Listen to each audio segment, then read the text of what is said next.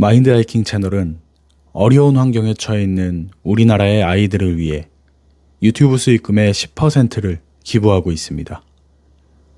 구독과 좋아요, 그리고 영상을 끝까지 시청해 주심으로써 한 분 한 분의 힘을 모아 세상을 밝혀나갈 수 있도록 힘을 보태 주시기 바랍니다.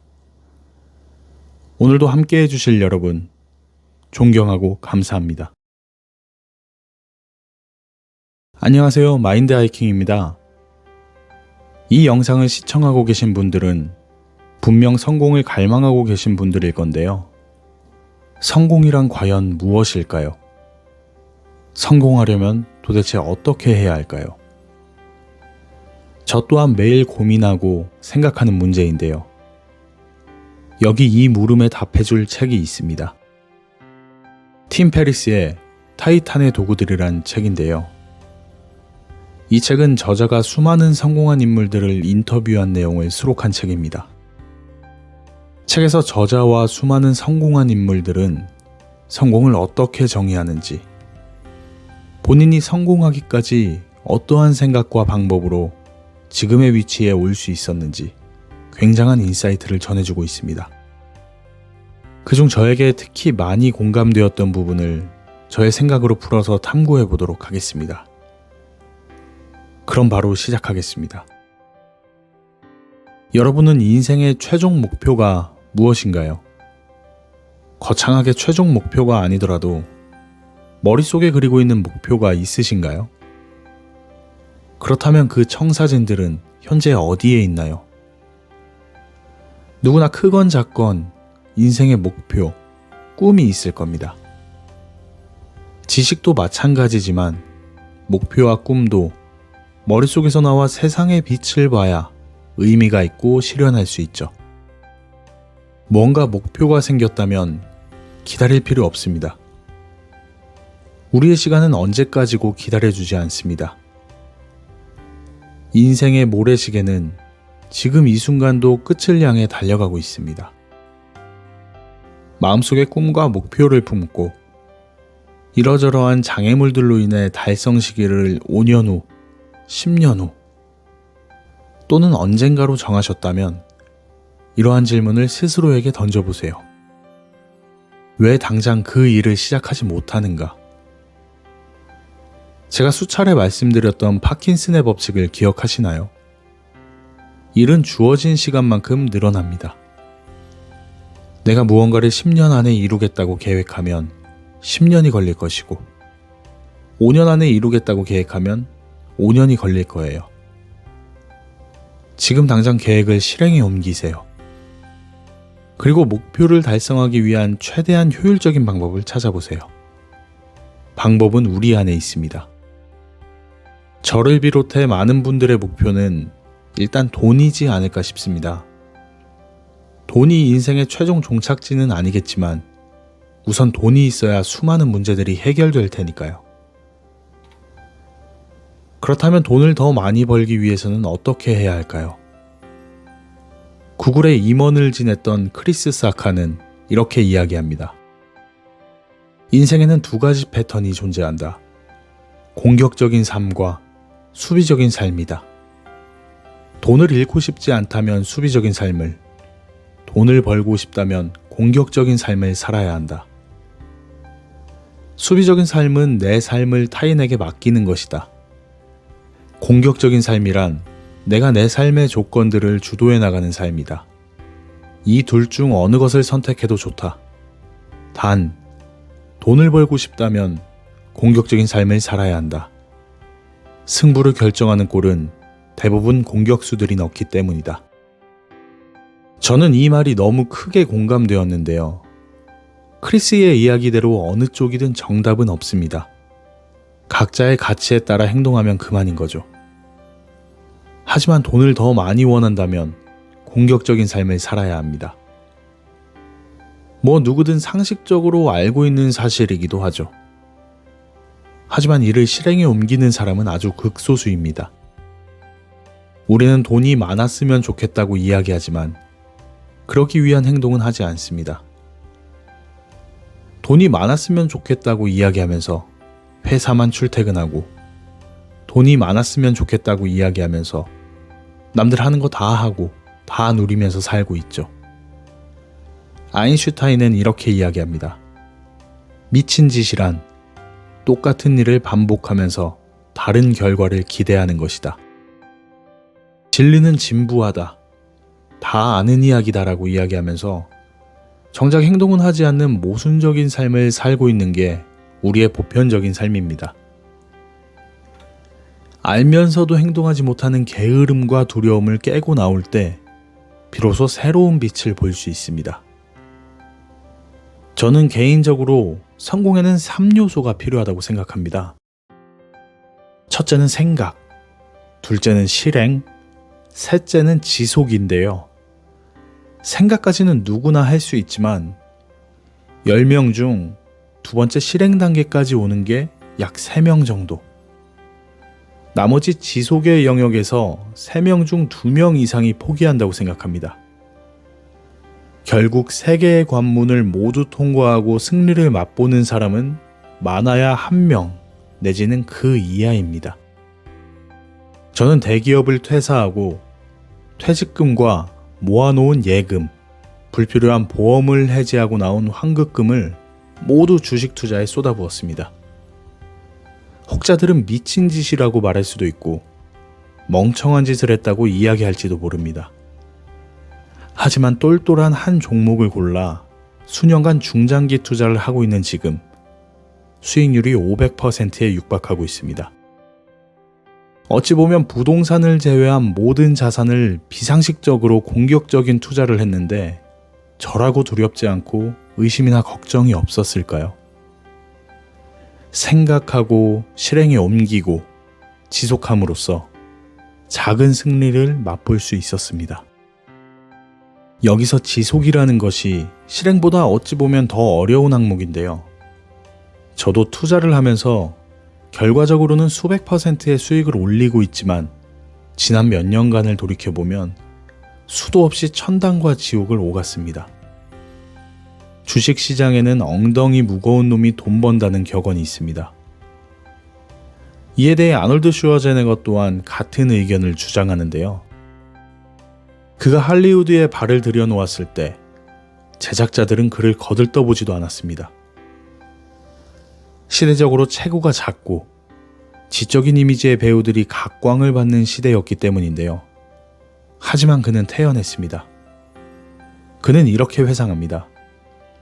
나는 평범하게 생긴 사람이 아니기 때문에 고정 배역을 맡으려고 굳이 경쟁하려 노력하지 않았다. 다만 누군가 나를 발견해 줄 때를 기다렸다. 모두가 살을 빼고 금발 미남처럼 보이려 노력할 때 내가 그들을 이길 수 있는 방법은 그들처럼 하지 않는 것이었다. 내가 한 것은 그저 버티는 것이었다. 제작자들의 눈에 잘 띄는 곳에 계속 머물면서 팝콘이나 먹는 것이었다. 그렇게 그는 자신의 때를 기다렸고 결국 트윈스라는 영화에 출연하는 계약을 따냈습니다. 계약서는 한 식당에 테이블에 있던 냅킨이었고 출연료는 없었으며 이익이 발생되면 러닝 개런티를 받는 조건이었죠. 그리고 결과는 어떻게 되었을까요? 영화 트윈스는 그에게 약 3억 달러의 수익을 안겨주었습니다. 그는 이렇게 이야기합니다. 아무도 쳐다보지 않는다고 해서 스스로 사라지지 마라. 그들이 고개를 들어 나를 바라볼 때까지 기다려라. 퇴장만 하지 않으면 반드시 누군가가 나를 기어이 본다. 여러분, 생각하고 실행에 옮겼다면 절대 퇴장하지 마시기 바랍니다. 본인의 결정에 믿음을 갖고 나의 생각에 확신을 갖고 묵묵히 나아가시길 바랍니다. 나의 생각에 오류가 없다면 결국 누군가 나를 기어이 보는 날은 반드시 옵니다. 우리는 예상치 못한 실패나 걱정, 화, 두려움 등이 어느 날 갑자기 자신을 찾아왔다고 생각합니다. 하지만 그렇지 않습니다. 다음을 생각하는 계획이 없기 때문에 불러온 결과인데요. 매일 새로운 대안을 찾기 위해 생각해야 합니다. 저는 지금 사업, 투자, 유튜브, 그리고 와이프의 유튜브까지 총 4개의 대안이 있습니다. 저와 와이프의 유튜브는 아직 유의미한 수익을 주진 않기 때문에 포함시키기가 애매하긴 하지만 그래도 앞으로 잘 키워간다면 아주 훌륭한 대안 중 하나가 될 거라 생각합니다. 사실 저보다는 와이프의 채널이 더 기대되긴 하는데요. 그런데 만약 한 가지에만 몰두했다면 어땠을까요? 사업 이외의 대안이 없었다면, 사업이 힘들어지면 어떻게 될까요? 투자 이외의 대안이 없었다면 손실을 어디서 메꿀까요? 성공을 원한다면 2가지의 길이 있습니다. 첫 번째 전략은 당연하게도 1등을 목표로 하는 거겠죠. 스포츠에서 스타가 되거나 TV에 자주 출연하는 탑티어 연예인이 되거나 업계 1위의 사업체를 소유하거나 될 수만 있다면 최고의 선택지입니다. 하지만 우리 같은 평범한 사람들에게 쉬운 목표는 아니죠. 2번째 전략은 상위 25% 안에 들어가는 능력을 여러 가지 키우는 것입니다. 이는 평범한 사람이라도 노력 여하에 따라 충분히 가능한 영역입니다. 57개 나라, 2,000개가 넘는 신문지상에 19개 언어로 소개되는 연재만화 딜버트의 작가 스콧 애덤스는 이렇게 이야기합니다. 1등이 될 수 없다면 1등과 싸워 이기는 방법밖에 없다. 그는 만화가이기 때문에 대부분의 사람들보다는 당연히 그림을 잘 그립니다. 하지만 피카소나 고흐 정도는 아니죠. 그리고 코미디언 정도는 아니지만 대부분의 사람들보다는 유머 감각이 뛰어난 편이었다고 합니다. 여기서 중요한 점이 그림도 제법 그리면서 유머 감각까지 있는 사람은 드물다는 것인데요. 거기에 그는 사업의 경험까지 추가되어 세상에서 보기 드문 굉장히 성공한 만화가가 되었습니다. 넷스케이프의 창업자 마크 앤드리슨 또한 이렇게 이야기합니다. 성공한 CEO들 가운데 상위 25%에 속하는 기술을 3가지 이상 갖추지 못한 사람을 찾기란 매우 어려운 일이다. 오늘날의 성공은 반드시 전문가의 길을 걸어야만 주어지진 않습니다. 상업적으로 대단한 성공을 거둔 세계적인 사진작가 체이스 자비스는 이렇게 이야기합니다. 평소 나는 액션 스포츠에 대한 사진을 많이 찍지만 나는 TV 프로그램을 만들고 CF를 찍고 광고 캠페인을 진행하고 스타트업 기업을 설립하고 이미지를 공유하는 최초의 아이폰 앱을 만들었다. 옛날 같았으면 제대로 하는 게 하나도 없다는 비난을 들었을 것이다. 하지만 이 모든 일에 손을 댔기 때문에 마침내 그것들이 서로에게 성공의 단서를 전달한다는 사실을 알았다. 그리고 세계 최고 SF 작가인 로버트 하인리히는 이렇게 말했습니다. 인간은 기저귀를 갈고 침략을 계획하고 돼지를 도살하고 배를 건조하고 건물을 설계하고 소네트를 쓰고 원한을 풀고 벽을 세우고 뼈를 맞추고 죽어가는 사람을 위로하고 지휘를 받고 명령을 내리고 협력하고 혼자 행동하고 방정식을 풀고 새로운 문제를 분석하고 걸음을 주고 컴퓨터 프로그래밍을 하고 맛있는 음식을 만들고 효율적으로 싸우고 용감하게 죽어야 한다. 전문화는 곤충들이나 하는 일이다. 천재나 1등이 되기는 어렵습니다. 하지만 그들을 이길 방법은 분명 존재합니다. 남들보다 아주 조금이라도 뛰어나다고 생각되는 재능에 연습과 노력으로 얻은 추가적인 재능까지 보태지면 우리는 여러 가지의 대안을 갖추거나 한 분야에서 특별한 위치까지도 오를 수 있습니다. 이것도 너무 어렵고 뜬구름 잡는 이야기 같다고요? 유튜브를 열고 쇼츠를 한번 넘겨보세요. 아니면 인스타그램의 릴스들을 넘겨보셔도 좋아요. 아니 이런 시덥지 않은 영상으로 수백만의 구독자와 수십 수백만 조회수의 영상들을 계속 업로드한다고? 라는 어처구니 없는 현상을 목격하실 수 있을 겁니다. 저희 와이프가 지금 그 길에 초입에 서 있기 때문에 이 부분은 확실하게 말씀드릴 수 있습니다.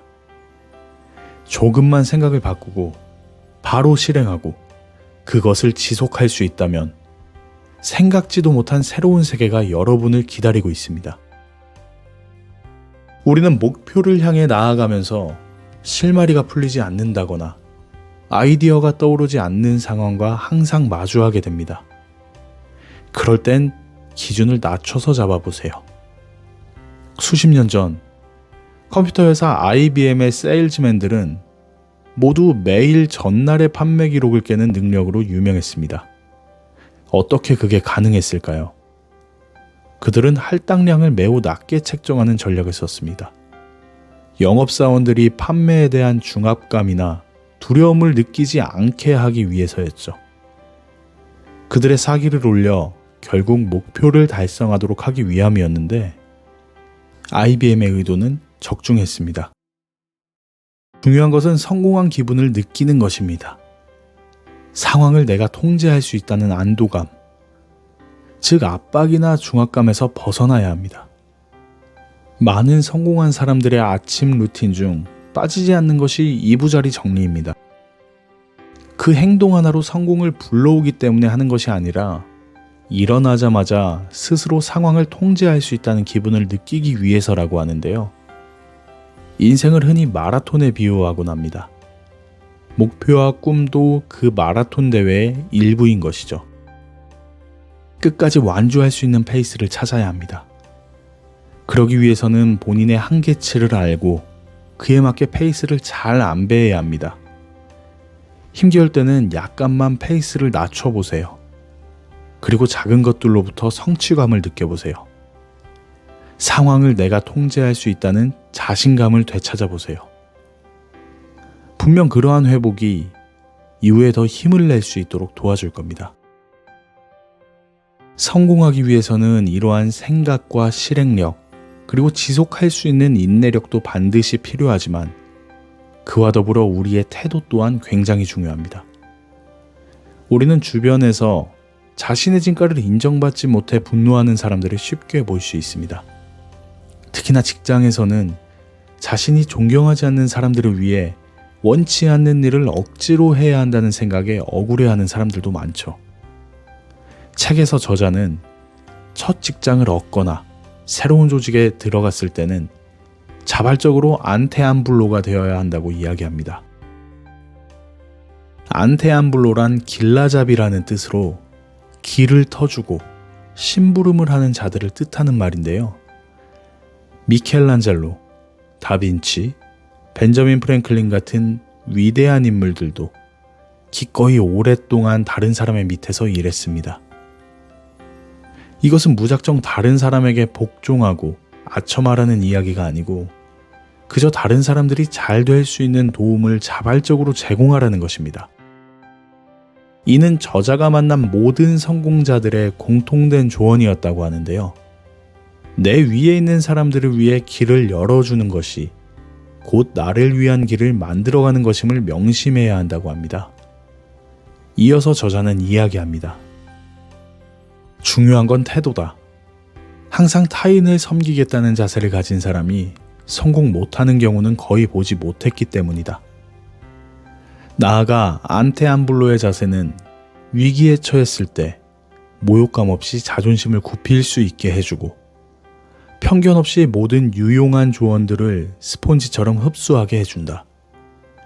당신이 만나는 모든 사람에 대해 그들을 도울 수 있는 방법이나 그들을 위해서 할 수 있는 일을 궁리하는 동안 당신은 다양한 해결책을 검증할 수 있다. 없어서는 안 될 사람이라는 평판을 얻게 된다. 새로운 사람들이 당신의 소문을 듣고 찾아와 관계를 맺게 된다. 미래에 큰 자산이 되는 호의와 신용의 잔고가 쌓이게 된다. 모두가 자신의 공을 인정받고 싶어 할 때 당신은 안테안블로의 길을 가라. 모두가 부당한 대우를 받고 있다고 분노할 때 안테안블로의 길을 가라. 어쩌면 이것은 잠깐의 목표가 아니라 영원한 당신의 목표가 되어야 할지도 모른다. 영국의 유명한 정치가이자 존경받는 작가였던 마혼경은 이렇게 말했다. 위대한 사람은 언제나 순종할 준비가 되어 있다. 자신의 지휘 능력은 나중에 언제든 증명할 수 있기 때문이다. 아무리 원하는 목표를 이루었다고 하더라도 태도에 문제가 있으면 주변의 인정을 받지 못합니다. 주변의 축하도 받을 수 없겠죠. 위에서 제시한 책의 내용은 조직 내에서의 태도에 대한 이야기를 중점적으로 하고 있는데요. 이는 비단 조직 내의 환경뿐 아니라 일상생활이나 사업적인 부분에서도 마찬가지입니다. 저는 사업을 하면서 최우선 순위를 고객의 행복에 초점을 맞추고 있습니다. 모든 제품이나 서비스가 고객의 행복이라는 생각에서 출발하는데요. 그렇기 때문에 고객님들이 터무니없는 요구를 해오시더라도 저희는 반박하지 않고 가능한 한 고객님들의 요구를 수용합니다. 이에 대해 주변에서는 그런 식으로 사업하면 앞에서는 버는 것 같지만 뒤로 미친다. 고객은 처음부터 길을 잘 들여야지 안 그러면 피곤해진다 등등 부정적인 이야기들을 많이 하지만 실제로 5년간 사업을 진행해보니 흔히 이야기하는 진상 고객들에게 아무리 억울하고 하고 싶은 말이 목 끝까지 차올라도 참고 요구사항을 들어드리다 보면 결국은 그런 분들이 진성 고객으로 변하고 더 많은 고객님들을 만들어주시더라고요. 대기업을 퇴사하고 직장 동료들과는 그래도 주기적으로 모임을 갖고 있는데요. 요즘 입사하는 신입사원분들은 본인이 조금만 부당하다고 느끼는 부분이 있으면은 바로 어필을 하는 분들도 많고, 심지어는 9시 업무 시작인데 그 이전에 회사에 도착했으면 그만큼 급여에 포함시켜줘야 하는 거 아니냐며 노동청에 신고를 한 신입사원도 있었다고 하더라고요. 과연 그런 사람들이 주변의 인정을 받고 좋은 성과를 낼 수 있을까요? 이 책의 저자는 미국인입니다. 그가 인터뷰한 대부분의 성공한 사람들도 서양의 인물들이고요. 정서적으로 동양보다 더 개인적인 부분을 중요시하고 더 합리적인 성향을 보이는 서양에서조차 성공한 사람들의 조언이 인정받지 못하는 것 같고 존경하지 않는 사람이라도 기꺼이 그들을 위해 희생하라고 조언합니다. 이러한 태도에 관한 생각은 동서고금을 막론하고 같은 것 같습니다. 비단 요즘 세대의 젊은 분들 뿐만 아니라 저와 같은 30, 40대 분들도, 그보다 위에 있는 50, 60대 분들도 본인의 태도에 대해 곰곰이 자신을 반추해 볼 필요가 있겠습니다. 오늘은 타이탄의 도구들에 수록되어 있는 저자의 수많은 인터뷰 내용 중 저에게 특히 와닿았던 내용들에 대해 탐구해 보았습니다. 다음 영상에서도 더 좋은 인사이트를 전달해 드릴 수 있도록 노력하겠습니다. 새로운 지식과 잠재력을 탐험하고 발견하는 여정, 마인드 하이킹이었습니다. 감사합니다.